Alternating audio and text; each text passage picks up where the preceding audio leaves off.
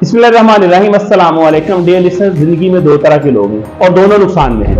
एक वो लोग हैं जो किसी की नहीं सुनते, एक वो हैं जो हर किसी की सुनते हैं। अब सवाल पैदा होता है कि कैसे दोनों नुकसान में हुए। वो लोग जो किसी की नहीं सुनते वो अपने आप को इंप्रूव नहीं कर सकते। आपने सुनना है, लेकिन ऐसे बंदे की बात को सुनना है जो आपका कोच हो, जो आपका गाइड हो, जो आपका मेंटर हो, जो आपकी रहनुमाई कर सके, जो आपकी पर्सनैलिटी के जो डिमेरिट्स हैं उसके बारे में आपको आगाह कर सके ताकि आप उनको इंप्रूव कर सकें।